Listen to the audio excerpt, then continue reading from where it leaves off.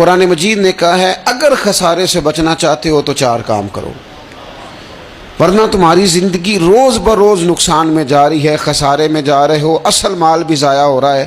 یہ 4 باتیں اگر تم اپنے اندر پیدا کرنے میں کامیاب ہو گئے تو تم خسارے سے بچ گئے۔ کون کون سی؟ الا الذین آمنوا، ایمان لاؤ، پختہ ایمان، یقین کامل کی دولت، یؤمنون بالغیب، غیب پر ایمان، طاقتور قسم کا ایمان، ایسا ایمان کہ جو انسان کو اتنا پختہ کر دے کہ اس کے لیے نیکی کے راستے پہ چلنا آسان ہو جائے اور بدی سے خود بخود اس کی طبیعت چاٹ ہونے لگے۔ پختہ ایمان ہو، مضبوط، وعاملوا الصالحات، اور پختہ ایمان کے بعد پھر اعمال صالحہ سے اپنے آپ کو آراستہ کرو۔ تمہاری زبان سچ بولے، تمہاری آنکھیں شرم و حیا والی ہوں، تمہارا وجود جب بھی قبول کرے رزق حلال ہی کو قبول کرے، سوچیں ستھری ہوں، نظریات پاکیزہ ہوں، طبیعت خیر خائی والی ہو، کسی کے لیے اچھے جذبات رکھتے ہو، تمہارا وجود نفع بخش ہو، ہمیشہ کسی کا بھلا کرنے کی خواہش طبیعت میں مچلتی رہتی ہو۔ اعمال صالحہ سے اپنے آپ کو آراستہ کرو، صوم و صلات کی پابندی ہو، نماز کا خیال ہو، نماز کے قیام کا خیال ہو، ظاہری باطنی آداب کے ساتھ اللہ کے حضور عبادت کے لیے حاضر ہونا تمہارا جذبہ ہو۔ ایمان اور اعمال صالحہ، یہ 2 خوبیاں، وتواصوا بالحق، پھر ایک دوسرے کو نا حق کی تاکید بھی کرو، نیرا بیٹھ نہیں جانا نیک اعمال کر کے۔ حق نے کی ہیں تیرے ذمے دوہری ذمہ داریاں، خود تڑپنا بھی ہے، اوروں کو تڑپانا بھی ہے۔ نیرا تو نے خود ہی نہیں تڑپنا، تیری ذمہ داری یہ ہے کہ کسی اور کو بھی تو تڑپائے۔ وتواصوا بالحق، تاکید حق کرنی۔ ہمارے اندر نا ایک بہت بڑا مسئلہ ہے، 2 حکم ہے شریعت کے، ایک ہے امر بالمعروف، ایک ہے نہی عن المنکر، نیکی کا حکم دینا اور برائی سے منع کرنا۔ میں نے دیکھا ہے کہ بڑی کمزوری پائی جاتی ہے، نیکی کی بات لوگ پھر بھی کر لیتے ہیں لیکن نہی عن المنکر، کسی بندے کو برائی سے روکنا، منع کرنا، طبیعت ہوتی ہے گڈ بک میں رہنے کی، مزاج ہوتا ہے سب کی آنکھوں کا تارا بننے کا۔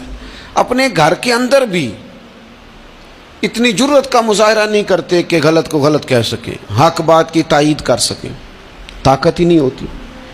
ایسی عجیب سیاست سکھا دی گئی ہے کہ ہر شخص ایک عجیب رنگ میں اپنی زندگی بتانا چاہتا ہے۔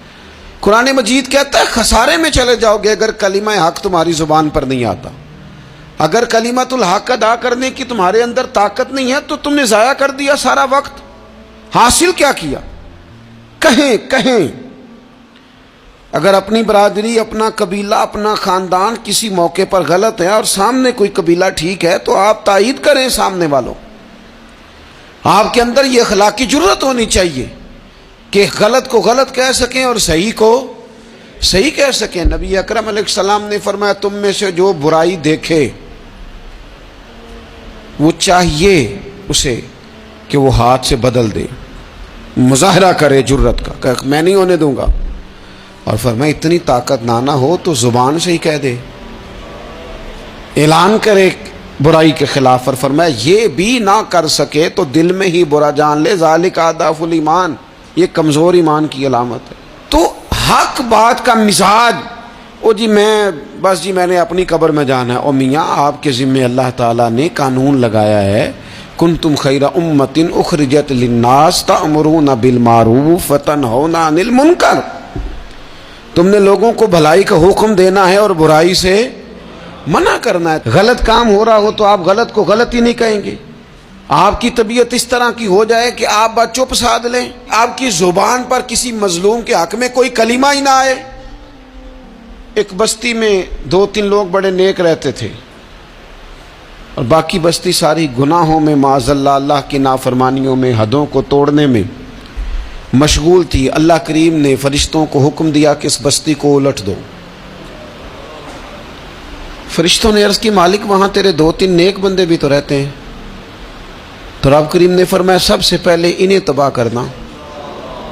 مالک نیکوں کو، پرہیزگاروں کو، اور میں یہ کس طرح کے پرہیزگار ہیں، خود تو نمازیں پڑھتے رہے اور میری نافرمانی دیکھ کے کبھی ان کے ماتھے پر شکن تک نہیں آیا، کبھی ان کی طبیعت پر بوجھ نہیں بنا کہ لوگ دین کی حدیں توڑ رہے ہیں میں کم از کم زبان سے ہی کہہ دوں، نہ کبھی سوچا ہی نہیں کہ شریعت اسلامیہ کو سر عام پامال کیا جا رہا ہے اور کوئی کلمہ ان کی زبان سے ادا نہیں ہوا۔ پہلے ان لوگوں کو تباہ کرنا خود تڑپنا بھی ہے، اوروں کو تڑپانا بھی ہے۔ اپنی زندگی میں حق کہنے کا مزاج پیدا کریں، کسی کو روکیں کہ میاں یہاں تو غلط ہے۔ ہم سے لوگ مشورہ لینے آتے ہیں، ہم ہاں میں ہاں ملا کے گزر جاتے ہیں۔ اگر آپ کو محسوس ہونا کہ سامنے والا بندہ جو آپ کے پاس بیٹھا ہے وہ بات درست نہیں کر رہا تو یہ جرت پیدا کریں، اگرچہ حکمت سے کہیں، دانائی سے کہیں، اچھے جملوں کا چناؤ کر کے کہیں، لیکن اس کو کہیں، اس کو سمجھائیں کہ یہاں تو بھی غلطی پہ ہے۔ اور غلطی دلیر لوگ مانا کرتے ہیں، دلیر لوگ، بزدلوں نے بھی کبھی غلطی مانی ہے؟ بزدل تو اپنی غلطیوں پہ دلیلیں دیتے ہیں، نہیں میرا یہ مطلب تھا، نہیں میں یہ۔ بزدل ساری زندگی کہتے ہیں میں ناکام ہوا فلانے کی وجہ سے، میں پیچھے رہ گیا فلانے کی وجہ سے۔ او خدا کے بندے تو بزدل ہے، اس لیے تو نہیں، اگر تو طاقتور ہوتا تو کم از کم اپنی غلطی تو اپنے کھاتے میں ڈالتا، تو اپنی غلطیاں بھی کسی کے کھاتے میں ڈال رہا ہے، یہ بزدلی ہے۔ تو فرمایا ایمان لائیں، اچھے اعمال کریں اور حق بات کی تاکید کریں۔ اچھا جب حق بات کی بات کریں گے تو یہ ہو نہیں سکتا پھر تکلیف نہ آئے، پھر مخالفت نہ ہو، پھر ساری دنیا ٹھیک ہے، یہ ممکن نہیں ہوتا۔ اب مشکل آئے گی تو فوراً کہا وَتَوَاصَوْا بِالصَّبْرِ، ایک دوسرے کو صبر کی وصیت کریں۔ مشکل تو آئے گی، جب آپ حق بات کہیں گے تو کچھ لوگوں کے مفادات پر چوٹ بھی لگے گی، کچھ لوگ مخالفت بھی کریں گے۔ آپ کی زندگی اگر صبر و تحمل والی ہے تو آپ کوئی کام کر جائیں گے، آپ کوئی مشن اس کی تکمیل کر دیں گے اگر مزاج میں صبر ہے، اور اگر صبر نہیں ہے، ٹھہراؤ نہیں ہے، چند قدم نہیں چل سکتے، تھوڑی دیر بھی آپ آگے کی طرف نہیں بڑھ سکتے اگر صبر نہیں۔ ایک تو یہ ہے نا کہ میرا کمپنی میں گزارا نہیں ہوتا، ایک تو یہ ہے نا کہ میرا دوستوں میں گزارا نہیں ہوتا، اور ایک تو یہ ہے نا میرا دفتر میں صبر نہ ہو، ذمہ داری سے کہہ رہا ہوں، صبر نہ ہو تو ماں باپ سے بھی گزارا نہیں ہوتا۔ میں ذمہ داری سے کہنے لگا ہوں صبر نہ ہو تو بیوی بچوں کے ساتھ بھی گزارا نہیں ہوتا۔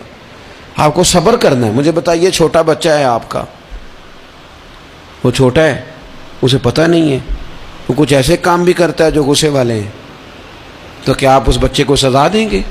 نہیں، آپ صبر کریں گے، آپ سمجھیں گے کہ یہ مقام صبر ہے۔